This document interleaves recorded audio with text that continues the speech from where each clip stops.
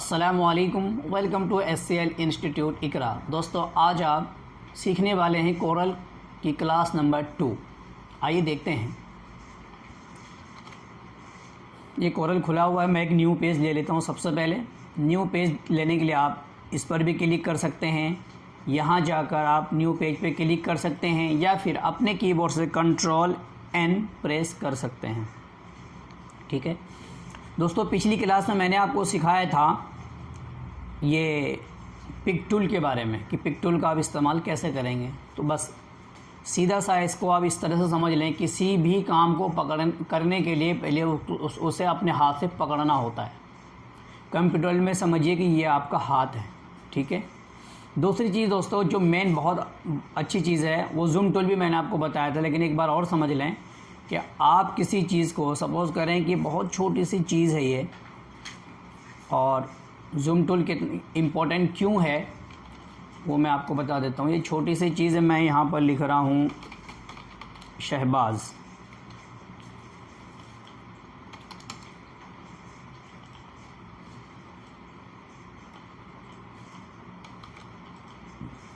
देखिए, अब ये पूरा पेज है आपका, लेकिन वो इतना छोटा लिखा हुआ है कि आपको दिख नहीं रहा है।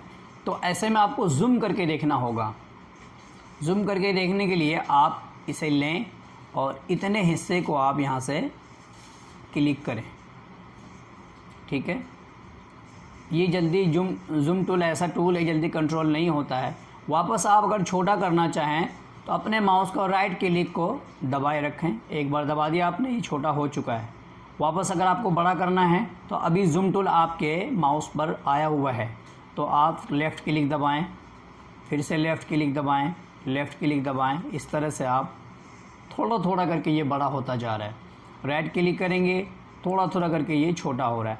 लेकिन अगर आप इस तरह से माउस को क्लिक करके आप सेलेक्शन बनाएं और फिर इसे माउस को रिलीज़ कर दें, छोड़ दें, तो इस तरह से आपका बड़ा होता है। कई बार आपके कंट्रोल में ये नहीं आता है। अभी आप चाहते हैं कि पूरा पेज आपका आ जाए सामने पूरे पेज में, तो F4 पूरा डिज़ाइन जो है आपका ये पूरे पेज में अगर आप चाहते हैं, तो अगर आप अपने कीबोर्ड से F4 प्रेस कर देते हैं तो ये आपका पूरा डिज़ाइन एक साथ आ जाता है।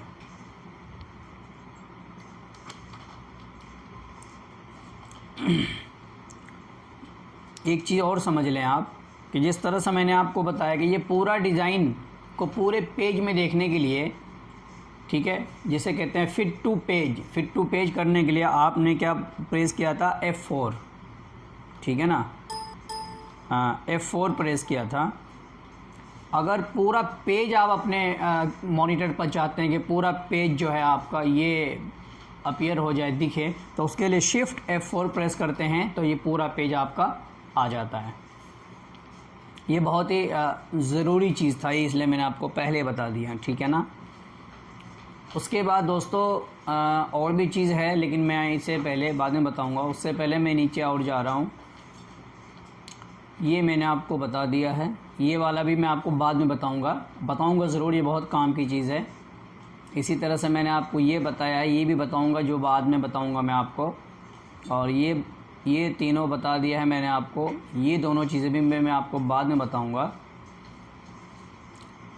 तो अब मैं पिक टूल का और कुछ इस्तेमाल करके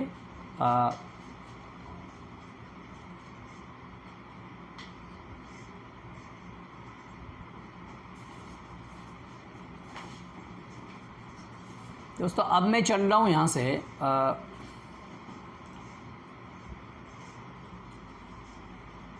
ये शेप टूल है।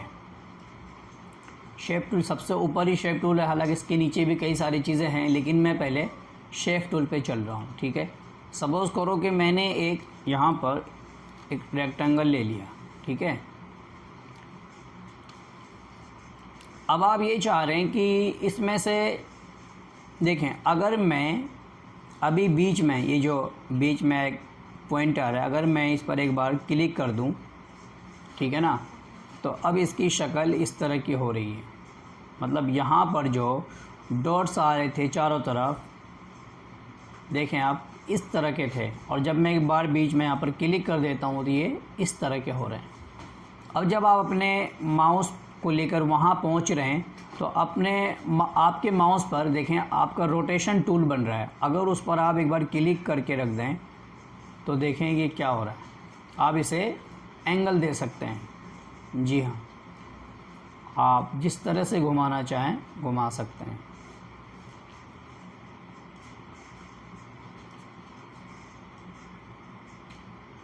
ठीक है, वापस मैं जो ओरिजिनल शक्ल थी इसकी वो ला रहा हूँ मैं।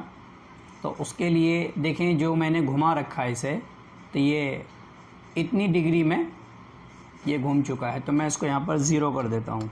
ठीक है, ये वापस अपनी जगह पर ये पहुँच चुका है। अब ये तो हो गया कॉर्नर की बात, जिसे अगर रोटेट करना होता था तो इस तरह से हम रोटेट कर सकते हैं। लेकिन अब यहाँ पर एक एरो बन रहा है। अगर मैं इस पर क्लिक करके अपने माउस को मूव करूँ तो देखें क्या हो रहा है। यहाँ पर इस तरह का एक शेप हो रहा है। यानी कि अगर आपको एक टेबल बनाना हो तो टेबल बनाने के लिए आप एक बार क्लिक करें और इस तरह से ड्रैग करें तो आपके पास एक टेबल बन जाएगा। ठीक है, मैं आपको टेबल ही बनाकर दिखा देता हूँ कि इस तरह से इसे पकड़ के रखें, आप कंट्रोल प्रेस करके रखें और यहाँ लाकर माउस को छोड़ दें। मैंने कैसे कॉपी किया, इसे मूव किया कंट्रोल के साथ, मैं लेके जा रहा हूँ और यहाँ पर आने के बाद मैं राइट क्लिक करके लेफ़्ट क्लिक को छोड़ दूँगा। राइट क्लिक किया, लेफ़्ट छोड़ दिया, राइट क्लिक कर दिया। अब ये अपने आप ही कॉपी हो गई। अब इन दोनों को क्या करें, आप इन दोनों को इस तरह से सेलेक्ट करें। इन दोनों को अगर आप कंट्रोल जी, जो मैंने आपको पिछली क्लास में भी बताया था, कंट्रोल जी करें और फिर इसकी एक कॉपी लेकर आप ऊपर जाएं यहाँ पर।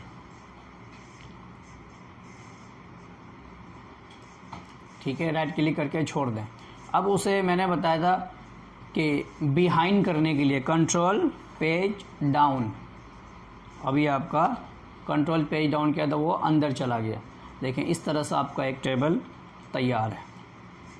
अब आप चाह रहे हैं कि ये जो ऊपर जो लकड़ी है या जो भी है बहुत ही पतली सी है, मैं इसे अगर मोटी करना चाहूँ तो ये मैं कर सकता हूँ बहुत ही आसानी से। एक कॉपी ले लें आप और उसे आप क्या किया, मैंने ये किया, इसे आपने क्लिक किया, सेलेक्ट किया, कंट्रोल के साथ थोड़ा सा इसे मूव करें ऊपर की तरफ। अब इसकी एक कॉपी हो गई। देखें आप यहाँ पर 2 कॉपी हो गई। तो जो पहली वाली कॉपी थी नीचे वाली, उस पर आप ब्लैक कर दें। ठीक है, अब आप देखें क्या हो रहा है। लग रहा है कि हाँ कुछ मोटी सी लकड़ी है, लेकिन इस जगह का क्या करेंगे आप, तो उसे ठीक करने के लिए अब मैं आपको बता देता हूँ। एक टूल है जो बहुत बढ़िया टूल है। अब ये जो आपका पहला वाला बॉक्स है, सबसे पहले उसे कंट्रोल क्यू करें। कंट्रोल क्यू करने से दोस्तों ये होता है कि कन्वर्ट टू कर्व हो जाता है, यानी कि उसको रीशेप दे सकते हैं। तो अब जो आपके कीबोर्ड पर ये शेप टूल है, इससे आप एक बार इस कॉर्नर पे क्लिक करें या कहीं भी क्लिक कर सकते हैं। यहाँ भी